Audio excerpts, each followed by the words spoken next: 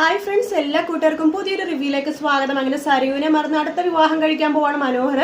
അങ്ങനെ നിഷയുടെയും മനോഹറിന്റെ വിവാഹ നിശ്ചയം നടക്കുന്ന ദിവസം മനോഹര വീട്ടുകാരെയൊക്കെ കല്യാണത്തിന് കൊണ്ടുവരാം എന്നൊക്കെ പറയാട്ടോ. നിഷയുടെ അച്ഛനമ്മ എടുത്ത് അവരത് വിശ്വസിക്കണമുണ്ട്. അതിനുശേഷം കല്യാണി മേഘ്നയുടെ വീട്ടിലേക്ക് മേഘ്നയുടെ ഒരു ആവശ്യത്തിന് വേണ്ടിയിട്ടാണ് പോകുന്നത്. മേഘനയുടെ സർട്ടിഫിക്കറ്റ് ഒക്കെ എടുക്കാൻ വേണ്ടി പോവാണ്, ജോലി കൊടുക്കാനായിട്ട്. അപ്പോഴാണ് അവിടെ ഇങ്ങനെ വിവാഹ നിശ്ചയം നടക്കുന്നുണ്ട് എന്ന് അറിഞ്ഞത്. മനോഹർ ആദ്യം തന്നെ കല്യാണിനെ കാണുന്നുണ്ട്. അതിനുശേഷം അവിടുന്ന് മാറാനൊക്കെ നോക്കുന്നുണ്ട്. കല്യാണിക്ക് ചെറിയ സംശയം അപ്പൊ തന്നെ വരുന്നുണ്ട് കേട്ടോ.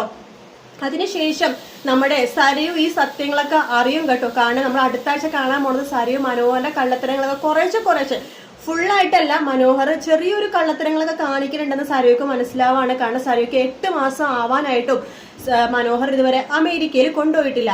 അപ്പൊ അങ്ങനത്തെ കാര്യങ്ങൾ അന്വേഷിച്ച് വരുമ്പോഴാണ് തന്റെ അച്ഛൻ പറഞ്ഞതൊക്കെ സത്യമാണോ എന്ന് നമ്മുടെ സരയുവിനെ തോന്നുന്നത്.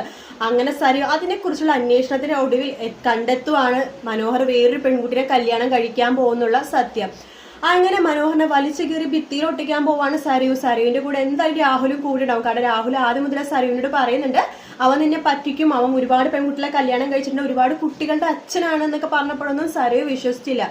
അപ്പൊ ഇതെന്തായാലും സരയുവിന്റെ കൂടെ തന്നെ രാഹുൽ ഉണ്ടാവും ഉറപ്പാണ്. പിന്നെ ഷാരി എന്തായാലും ഉണ്ടാവും. എന്തായാലും മനോഹറിന്റെ ചീട്ട് കയറാൻ സമയമായി. പക്ഷെ സരയു തന്നെയായിരിക്കും മനോഹറിന്റെ ലാസ്റ്റ് ഭാര്യ എന്നാണ് തോന്നുന്നത്. കാരണം ചിലപ്പോൾ നന്നാവായിരിക്കും മനോഹർ, എന്താണെന്ന് അറിയില്ല. എന്തായാലും മനോഹർ നന്നാവാൻ തന്നെയാണ് ചാൻസ്.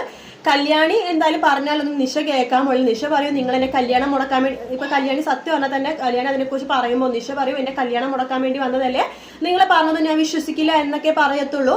എന്തായാലും അവിടെ കല്യാണം നടന്നാലും ഇല്ലെങ്കിലും സരയു സത്യങ്ങൾ അറിയാൻ പോകുന്ന ഭാഗങ്ങളാണ് നമ്മൾ അടുത്ത ആഴ്ച കഴിഞ്ഞിട്ട് കാണാൻ പോകുന്നത്. അടുത്ത ആഴ്ചത്തെ പ്രൊമോയിൽ കാണിച്ചത് ആകെ തിങ്കളാഴ്ചത്തെ പ്രൊമോ മാത്രമേ കാണിച്ചിട്ടുള്ളൂ കേട്ടോ.